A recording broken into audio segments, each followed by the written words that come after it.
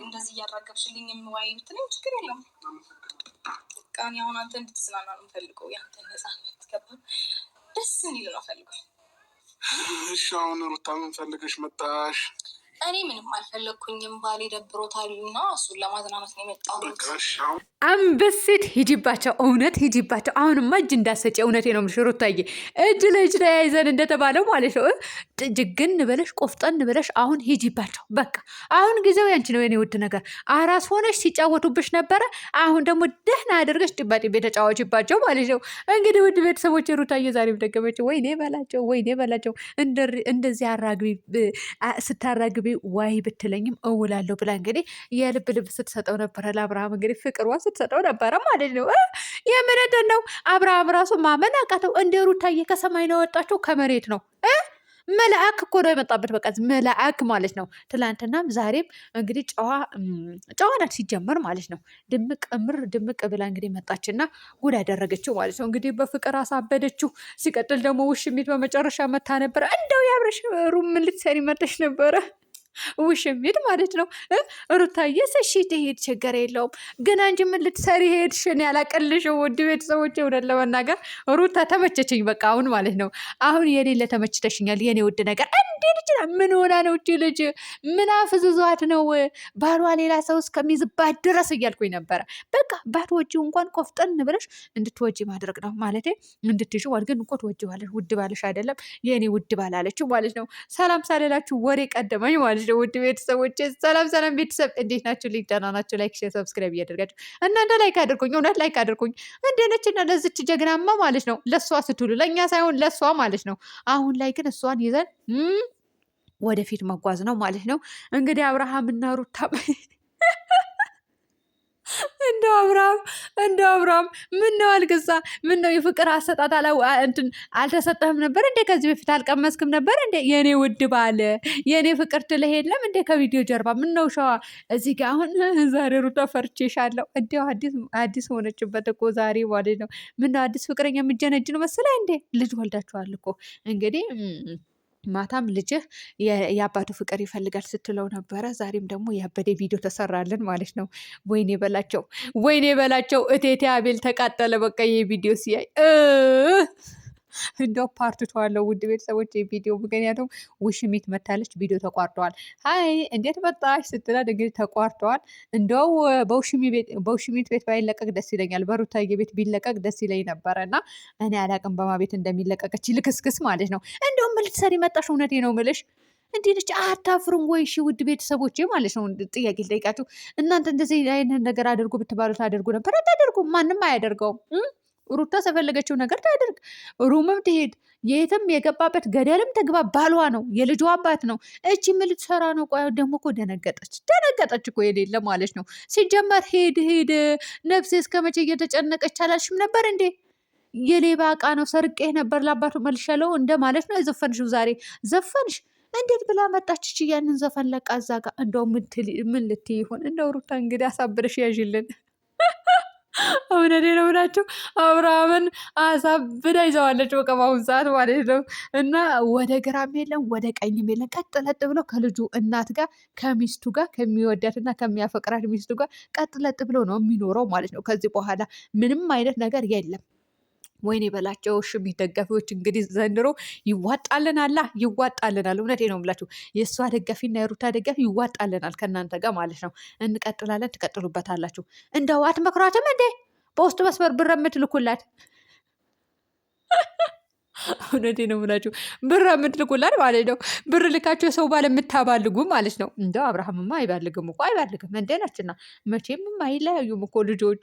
እኔ ይህንን ነገር አምናለሁ ማለት ነው። 100% እርግጠኛ ነኝ። ለማንኛውም ሩታዬ እያሳበድሽ ቀስ እያደረግሽ እያቀለጥሽ እንደ ቂቤ ማለት ነው እንጭርጭር አድርጊልን ማለት ነው። ቂቤ በምጣድ እንደተጣደ ቂቤ ነው የሚባለው። እንደዛ እንጭርጭር አድርገሽ አቃጢልን። እቺ ሴትዮ ሌላማ መላ የለንም ማለት ነው።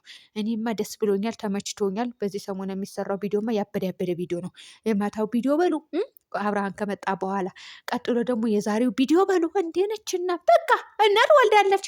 እውነቴ ነው ብላችሁ ለካ ሩታ እናት ወዳ አይደለም። እኔም ምክርታ አያስፈልጋትም ልጄ ያለችው ማለት ነው። አዎ ምክርታ አያስፈልጋትም። በብልሃት በብልጠት ትጫወቱባቸዋለች፣ ደግን አደርጋቸዋለች ማለት ነው። የኔ ውድ ነገር ቆፍጣኔት፣ በቃ ይሄ ነው የሚመቸኝ ለእኔም። ሄጂባቸው በደንብ አድርገሽ ማለት ነው። እንደው እስከ ጥግ ድረስ በሄድሽባቸው፣ እንደው እስከ ጥግ ድረስ በሄድሽባቸውና ደስ ባለኝ። እንደው አሁን እኮ አብርሃም ራሱ ግራ ገብቶታል እኮ ውድ ቤተሰቦች። እንዴ ሩታ ሚስቴ ናት እንዴት ሴት የልጄ እናት ናት እንዴ? ከየት መጣች? እንደዚህ ሰሞኑ እኔ ያ ነገር ሁሉ ሳደርገው ምንም ያደርግ ውድ ቤተሰቦች፣ የድሮ ያለፈው አልፏል፣ አይመለከተኝም።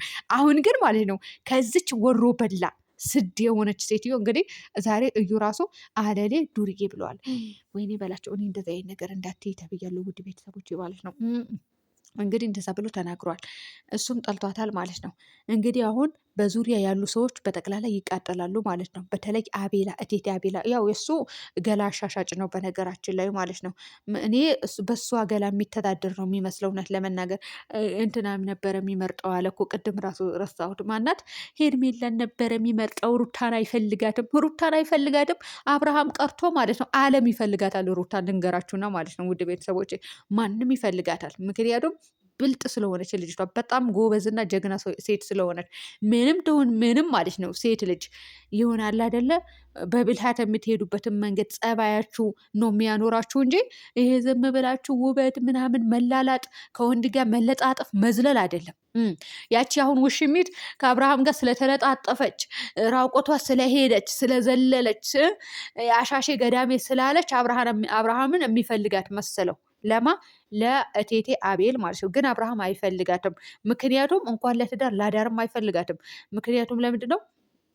ዘልዛላ ስለሆነች፣ ዘልዛላ ነው ማለት ነው። ወንድ ልጅ እኮ ለቤቱ የሚመርጣትና ለውጭ የሚመርጣትን ሴት አንድ አይደለችም። ቤት ያለችው ምሁር የሆነች አስተዋይ ሴት ነው። ለውጭ ግን ለመዝናኛ ለስራ ምናምን እንግዲህ ማንም ዝርክርክ ሴት ያመጣሉ። አይመለከተኝም። ስራዋ ነው፣ ስራዋ ነው። ውድ ቤተሰቦቼ ይሄ ሁሉ እያስባላት ያለው ስራዋ እንጂ እኔ አይደለሁም። እኔ ጥፋተኛ አይደለሁም። እኔ ምን አገባኝ? ስራዋ ነው እያስወራች እና ለማንኛውም ውድ ቤተሰቦቼ የሩታዬ ነገር እንግዲህ እኔ ተመችቶኛል። በደንብ አድርገው ሩታዬ፣ ባህልሽን በደንብ አድርገሽ ተንከባከቢው እሺ።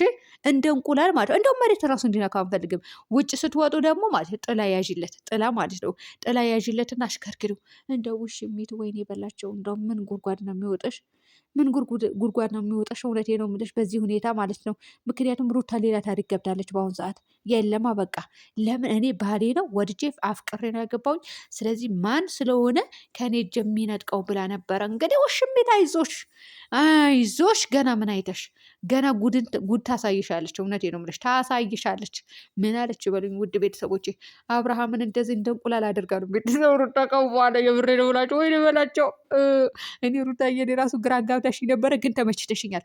እኔ ማለት ነው የምናደድባት ነገር ምን እንደሆነ ታውቃላችሁ ውድ ቤተሰቦቼ? ከዚህ በፊት ማለት ነው ውሽሚት ትመጣ የለም ሩታ በቃ ባልዋ ነው የልጅ አባት ነው። ቆፍጠን ብላ እንደ በፍቅር አባብላ እንድትይዘው ፈልግ ነበረ ማለት ነው። ምክንያቱም የሚሰራው ነገር ስለማቅ እና እንደዚህ አድርጋ ለምን አትይዝም ለምን አትወስደውም እል ነበረ።